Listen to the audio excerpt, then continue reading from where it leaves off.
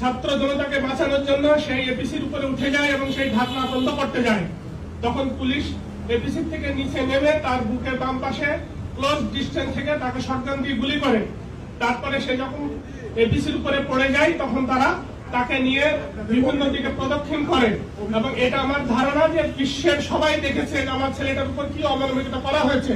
আর আজকে এই ফাউন্ডেশনের এক বেয়াদব আমাকে বলেছে সোহাট ওয়াকার, সে কিসে আমরা বলেছি শহীদ ফাউন্ডেশনের শহীদ ফ্যামিলির বাইরে কেউ থাকতে পারবে না, কারণ এখন যে সিনিয়র সিও ছিল সে শহীদ ফ্যামিলির, আমাদের কোনো আপত্তি ছিল না, আমাদের কারোর সাথে কোনো আলাপ না করে আমরা এখানে যারা সবাই আছি আমরা জেনারেল মেম্বার হিসেবে আমাদেরকে রাখা হয়েছে। আর এটা জাস্ট আমাদেরকে দেওয়ার জন্য আমাদেরকে ডেকে আনা হয়েছে যে আমরা সিও উনি পদত্যাগ করছে, আমরা একটা সিও দিয়েছি, সেই সিওর সাথে শহীদ ফ্যামিলি বা ওনার শহীদ ফ্যামিলির কোনো সম্পর্ক নাই। তাহলে ওনার যদি কোনো আবেগ না থাকে, ওনার যদি শহীদ পরিবারদের প্রতি কোনো দরদ না থাকে, তাহলে ওনার কাছে আমরা কি যে বলবো?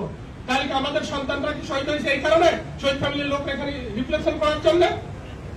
আর ওনারা বলছেন আমরা কোয়ালিফাইড লোককে বসানো হয়েছে। আমি বলছি যে কে কোয়ালিফাইড না শহীদ ফ্যামিলির ভিতরে?